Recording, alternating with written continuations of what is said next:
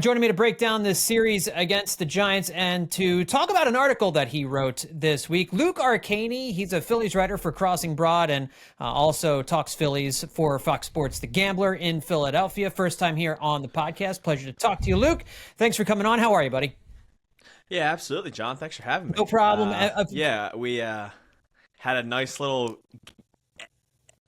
end of the series today. Yeah. I think we would have been talking a little different depending on how that game went after that just absurd way to lose a game on Tuesday.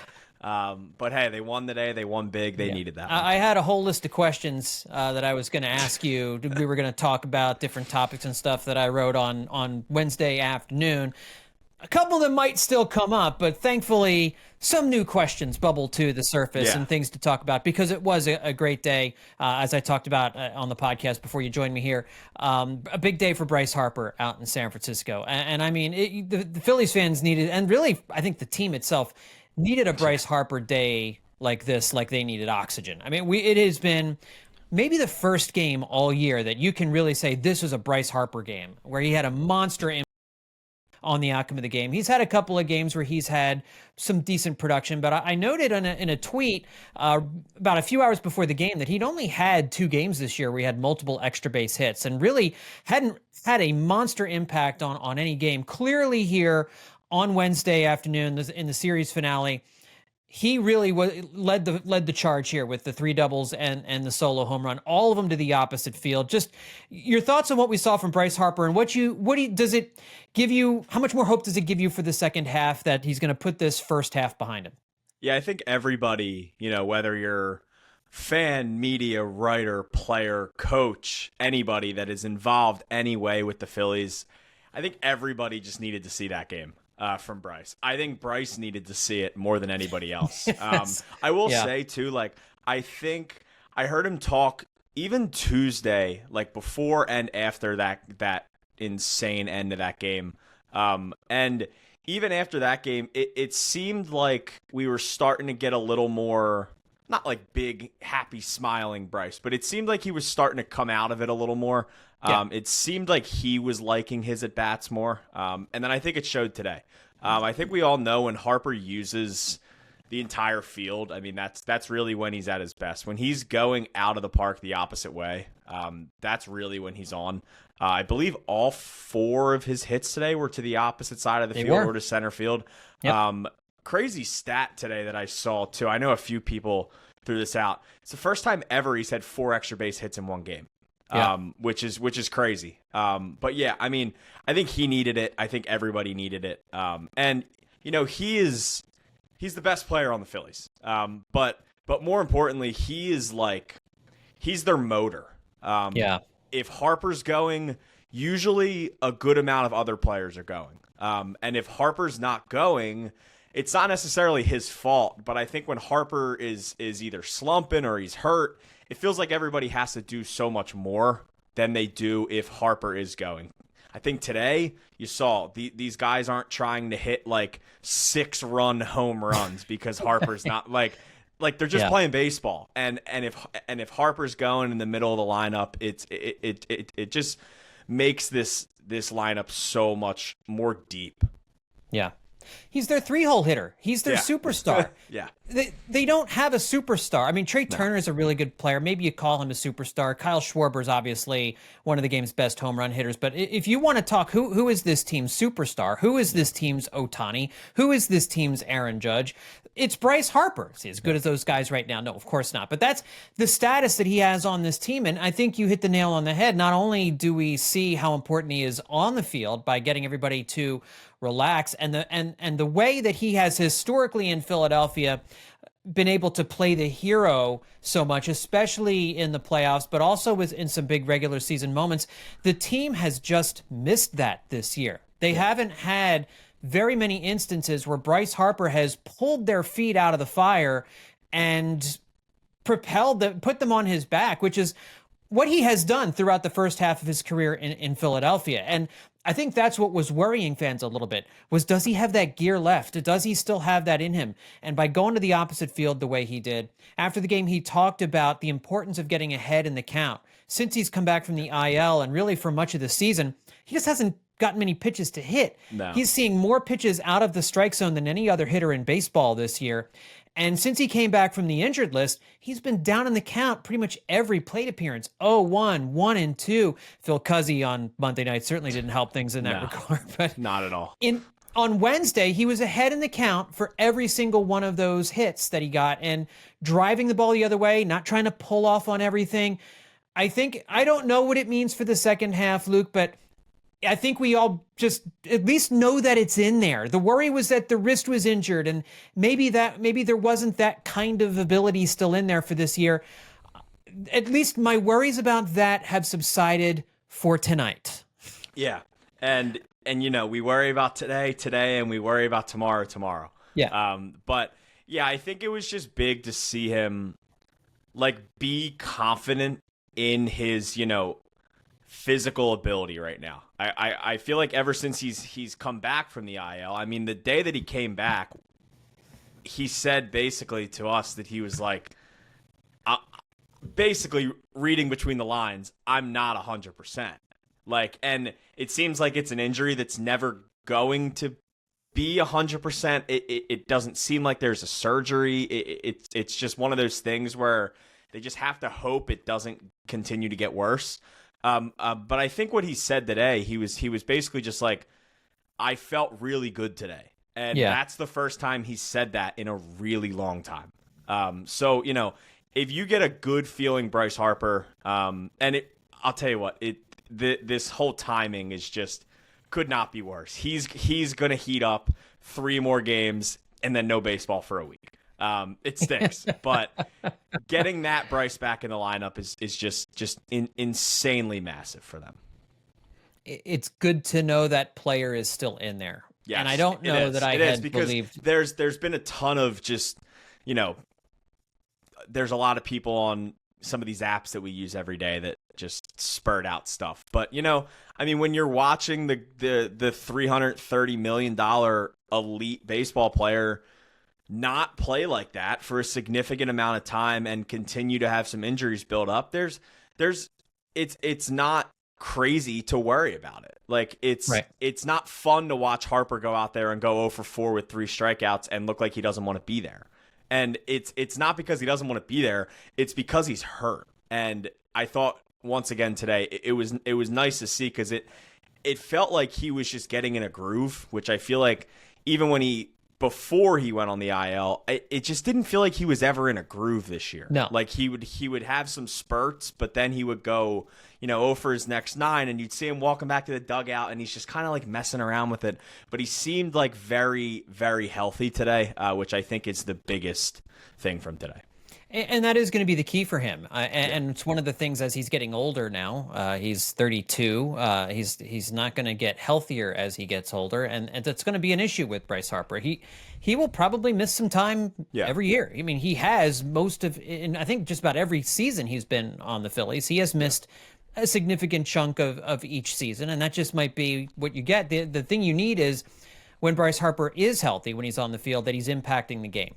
Yeah. And that's what we saw on Wednesday. And you're right, it is unfortunate that it looks like.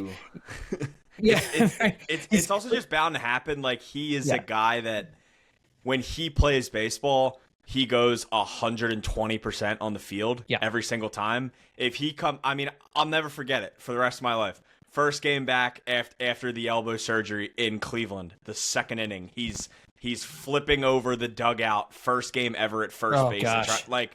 Everyone's holding their breath. Dude, I would be completely okay if you just let that ball go. That is just Bryce. He's always going to go 100%.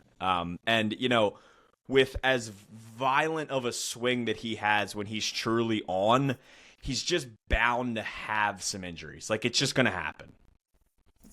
And one other guy I want to talk about from the game here on Wednesday, and then I kind of want to get into a little bit of trade deadline discussion with this team. Jesus Luzardo, what an important start for him on Wednesday as well. Not only because he saved a bullpen that through the first 2 games, Rob Thompson's really scraping the bottom of the barrel with some of the options that he has to go to, including Jordan Romano, who under other circumstances may not even be pitching for this team, but they really don't have any recourse but to continue to use him. he was able to give them 7 innings. And of course, when the offense does what it did on Wednesday, they scored a lot of runs late, but Luzardo had a nice lead to work with for most of the day. But it was great to see him as he has alternated some great starts and some starts where he's really gotten hit around quite a bit. Here on Wednesday, it was just domination from start to finish with 7 innings of shutout baseball from him. Incomplete control. And when you think about how good Wheeler has been and Ranger has been and Sanchez has been, trying to imagine a consistently great Luzardo in the second half also makes you feel a whole lot better about this team's chances. Because I think there's been some concern about the innings that he's pitched, given he was hurt last year, and the effectiveness that seemed to dissipate here over the last month. Yeah, so I mean, if the season stays at the same pace it is right now, he's on pace to throw his career high in innings. And that's a good thing and a bad thing, right? It's a good thing that he's still healthy. It could be a bad thing leading into next year. But it's tough, man, because the guy's got a 4.14 ERA. He's allowed 48 earned runs this year. Half of those earned runs were in 3 of his starts. He's made 19 starts. 16 of his starts was 24 earned runs. The other 3 were the other 24. Like, it's just kind of it's so weird because like it feels like he goes out there on a random day and like those like 3 or 4 just like iffy starts that he's shown you, he just gets shelled, really. Like he just doesn't have it. And then it just seems like when you need a big start out of him, he just gets it. Like, I feel like every time where we've been like, coming off a bad start, Luzardo again, they really need a win. He goes out there and he throws like 6 or 7 shutout innings. It was really good to see him going today. The changeup was working late. I feel like he was just in control today, which is something that he just hasn't been recently. He looked a lot better out of the stretch. Granted, he didn't pitch out of the stretch a lot. I believe he retired 17 of 18 at one point, so he wasn't really in the that's right. He wasn't in that a ton. But yeah, I mean, dude, if you can get a good to great Luzardo with the way you're getting Wheeler, Ranger, Sanchez right now, that is just an unbelievable top 4. And realistically, it doesn't also matter what you're getting out of the 5 right now if you're getting that out of the top 4. And I think like there's obvious questions right now with the 5, right? Is it Abel? What's going on with Painter? Nola when he comes back? But like I can't continue to just think about that because this is one of the best seasons like we've ever seen from a starting rotation so far. And like the fact that Jesus Luzardo is a part of that and he has a 4.14 ERA shows how good it's really been. Yeah, the ERA is inflated, obviously, because like you mentioned, just a couple of bad starts. He has largely, on the whole, been like a 3 ERA pitcher. And like, if you take away like, and I think you can say this about anyone, but like, if you take away that 12 earned run start and even just change it to like 5 or 6, like. That's probably around a 3.7 ERA, 3.6 ERA. That's really good for a 4 starter. Like in comparison to around the league. There's not many 4 starters in baseball right now with a 3.7. I mean, I would say there's not many 4 starters in baseball with a 4.1 right now. Like it's what they're getting out of this rotation right now is just really, really insane stuff. And to see him be back in control today was extremely nice to see. Well, it's borderline historic what the starting rotation is doing, specifically Zach Wheeler, who is going to have to battle Paul Skeens for that Cy Young Award here this year. But I think if it's close, I think this time the writers finally give it to Zach Wheeler. But I hope. Yeah, I mean... So, you just have to at some point. How can he finish runner-up a third time? I mean, can't do it. Especially, the sentimental choice there. It's and the numbers are there's an argument to be made. Zach Wheeler, Paul Skeens, they're neck and neck right now. So it's not even like you'd be, giving something to Wheeler that he doesn't deserve. So, but you wrote an article for Crossing Broad on Wednesday. That kind of touched on, I wrote something kind of similar for the good fight. I think we were both kind of thinking along the same lines, and that is we're kind of seeing a historic run by this starting rotation. And the Phillies have these pieces in place that they can't guarantee are going to be here next year and certainly not in 2027. So with this core, they're kind of, this is one of their last shots with this group to go all in. And you know, my argument has been like, they can't waste this. They can't waste what they're getting from Wheeler, Suarez, Sanchez, and if Luzardo comes through, Luzardo, like they have to be aggressive at the trade deadline. And I don't know what's available. I don't know who's selling. It's still a few weeks away from us really knowing for sure what's available. Dave Dombrowski, I'm sure, knows. But I think the point you were getting at with your article was, can we trust Dave Dombrowski to really show that aggression or to take advantage? Is he going to have the same sense of urgency that I think we are feeling with regards to striking while the iron is hot with this starting rotation and what they're doing and really how they could dominate a short series? Just what's your take on what Dave Dombrowski needs to do here at the trade deadline this month? Yeah. It just needs to be something big. And like, it's not a you have to throw away every prospect. Like I don't need them to send every prospect to a different team just to prove a point.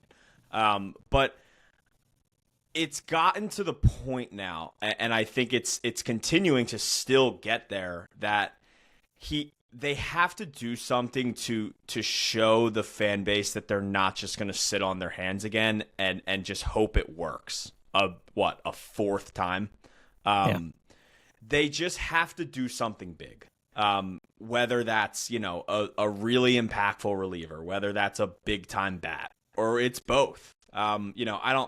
It's hard. And like, it's hard to sit there and like write these articles right now because you just don't know like who's out there. It's really like a week and a half before, not even. But like, there's a baseline, I think, of like who we know-ish could be available. But it just needs to be something big for me. Like, it needs to be a move that people that are on the fringe be like, man, that's a good trade. Because he hasn't done that in a while. Like, last year, I liked the move for Estevez. I think people didn't love some of the haul, even though last year they needed a reliever. You have to pay for what you're getting. But it needs to just be a move that takes people not by surprise, but sort of just raises their eyebrows a little bit. It can't be a platoon bat and a middle of the pack reliever. In my opinion, like I think they need a power threat right-handed bat. Who's that? Who is that though? And I think that's the question. Like who is that in your mind? And listen, I think it depends how uncomfortable they want to get. If they're willing to send a big package, I think they can check in on a guy like Byron Buxton. If you're betting on Luis Robert going to another team and getting back into his younger form, I think that's an option. I like Taylor Ward. He's not, the flashiest name, but he has some serious pop from the right-handed side. I think it comes down to, once again, how uncomfortable they want to get. Because, listen, I like Alec Boehm as a player. I can't continue to watch him hit fourth on this baseball team. He's just not a cleanup hitter. Yeah. And I think they have to go into this trade deadline with everything on the table. If a Eugenio Suarez package looks at them and it's not crazy, I don't think they can just throw it out the window because they like Boehm. If there's a package there for an impactful third baseman that hits from the right side of the plate, then I think they at least have to look at it. I'm not saying they're going to do it, but I just think they have to be open to everything. Because I feel like in years past, they've gone in with a plan. And yes, you always want to go into a deadline with a plan. But I think they need to go into this deadline with their plan, what they want to get, also be open to everything else, because there's going to be some guys on the table that that may not make sense right now if you see, you know, a big-time third baseman out there. I think a lot of people will say, oh, well, you know, we have Alec Bohm. We need an outfielder more. It's not necessarily that they need an outfielder. It's that they need a power bat. And the reason people think they truly need an outfielder is because the hole is in the outfield. Yes, Right. If a right-handed bat that plays left field is on the board, yes, it would be a perfect scenario. But for me, it's more about what you're adding to the lineup and not necessarily what you're adding into the field. Right. Let me throw a couple ideas out at you here. And I don't know where you are at on any prospects that might be untouchable, if there are any prospects that are untouchable at this point.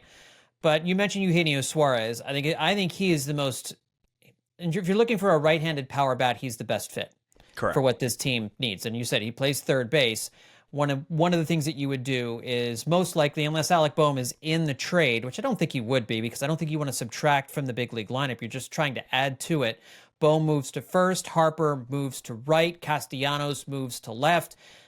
That's a lot of craziness to get Eugenio Suarez into the lineup. And let's say you have to headline that package with Aiden Miller. Suarez is going to be a free agent at the end of the year, so it's a pure rental, but he is exactly what the lineup needs and is really. I hear what you're saying about Byron Buxton, and I'll ask you the same question about Byron Buxton. Would you lead a Byron Buxton package with Aiden Miller, given Buxton has years of team control, but you also have the fact that he historically has not been able to stay healthy on the field. He's been healthy this year, which is a departure from previous seasons. How willing are you to move Aiden Miller for one of those two guys? Yeah, I'm on the fence. Like, I can't lie. Like, I am happy that I don't have to make the decision because it's not easy to move a guy that, you know, you think you finally drafted a good infield prospect that can hit the ball. But I don't know. I would probably lean towards no, but it's not completely off of the table for me. I think if the right package comes along, I think they have to explore all of the options. Justin Crawford? I lean more towards yes. Yeah. Okay. And I think partially some of the reason that Crawford isn't up yet is because, like, if you were to bring Crawford up 2 weeks ago, I don't see any benefit in that, if I'm being completely honest. Yeah. Because there is a very good chance that he comes up for 2 weeks and gets off to a slow start, and then you go into this trade deadline and he could be the headline of a package, and a team could look and say, oh, well, he's 0 for 23 in his first major league at bats, or he's 2 for 26 in his first 28 major league at bats. And not saying that's going to tank a guy's stock. It's not. Like, sure. Like no 20 at bats are changing a team's thought on a player. But I think partially some of the reason that they're leaving Crawford down in the minors right now is because they know I don't think his value can get any higher bringing him up for 2 weeks in the majors before the deadline. And it kind of says to me that he is on the table to possibly be traded. I'm not saying he's going to be traded, but I think if he was an untouchable prospect for them, I think he would have been up in the majors by now. The only thing I'll take issue with that is the only way Justin Crawford gets a call to the majors is if they DFA Max Kepler, which, I mean, they could have done that, but and I with just Marsh don't and think Kepler, they're going to do that. I don't see them doing that. I think if anything, I think it would turn into a bit of an uncomfortable situation where they either bring someone up or they trade for somebody, and they basically say to Kepler, hey, you're not going to play every day. You're going to be hopefully a power left-handed bat off of our bench. I know it's tough to pay a guy $10 million and ask him to be a guy off of the bench for you. But, you know, I just don't see them doing the DFA Kepler thing. I think if it gets really, really bad, I think they could get there. But I don't think it's bad enough right now to be at that point right now. I've always been the low man. I've always been the low man on Kepler from the time of the signing, and Yeah. I would have no problem DFAing him. But I just, if you bring up Justin Crawford, who do you subtract? I mean, Johan Rojas certainly could go, but now you've got no right-handed outfielders, Nothing. Other than Otto Kemp and Nick Castellanos. So I mean, that's why I don't see what Crawford's role is on the team if you still have Marsh and you still have Max Kepler. I think one of those two guys has to go. So I think if Crawford was up and Kepler was gone, I think they would go Crawford in left, Marsh in center, Castellanos in right. Yeah. And then if it was a lefty, I think they would move Crawford to center and put Kemp in left. But I don't know. I just don't think. I think they're leaving Crawford in the minors because they know his value is the highest it's ever been right now. I agree with you on that. I agree with you on that. I agree 100% with what you said. I mean, he's hitting 410 against lefties in AAA. And he's not facing them a ton, but 410 is 410. I don't care how many at-bats you have. All right, last thing for you here. Andrew Painter has been struggling a little bit in AAA. Pitched into the 6th inning for the first time this week, which is good to see, but gave up 3 home runs. He's really been getting shellacked with his fastball, giving up a lot of hard contact on his fastball. Seems pretty clear he needs to develop another pitch, an out pitch or a sinker that he's starting to work on and implement more into his repertoire down in AAA and Lehigh Valley. But I guess I should say up in Lehigh Valley if it's Philadelphia area, but I don't know anymore. Over, up, somewhere. Yeah, geography is that's too late in the night for that. But it's I get the thinking has been that he was going to join the Phillies after the All-Star break. I think there's still stuff to work on, and it's not. I just think I don't know if Dave Dombrowski did him any favors by openly saying that it looked like he would probably be on the big league team after the All-Star break, July-ish, I think is what they were saying. I think he needs work down in AAA, and there's still a lot to love there. There's obviously, I think he's the one untouchable on this in this organization that they wouldn't and shouldn't trade. But given the strength of the rotation, you're going to get Aaron Nola back here pretty soon. I see absolutely no reason to call Andrew Painter up until he starts to look better in AAA, and that might not happen. It might not happen at all this year. And I don't think that would be the worst thing in the world for him to have a whole year in AAA where he's coming back from Tommy John, working on a sinker, just trying to he's facing some former major league hitters now for the first time in his career and getting a taste like, hey, pretty much everybody at this level, as Mick Abel found out, can hit a straight 98. Yeah. I think it's going to be a little longer than we think. I still expect to see him this year. I think they'll bring him up still. But honestly, I don't take a ton into statistics in the minor leagues. I have a hard time with just looking at a guy's ERA and be like, oh, well, it's in the 4s or 5s. He's not ready.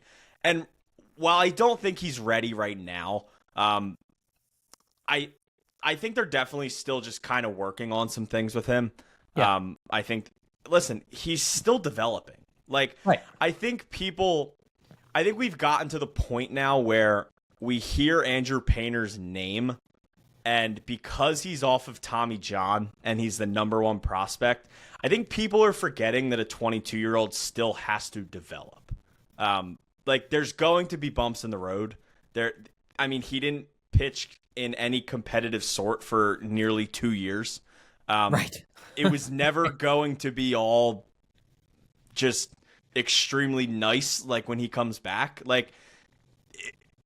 There was always going to be some sort of hiccups. I just think he's just going through a little bit of a rut, honestly. I think this is, he went from not pitching for 16 months to throwing once every 4 or 5 days. And I think he's working through some things. I'm not worried in the slightest. He's 22 years old. I expect him to be completely fine. He is the untouchable guy.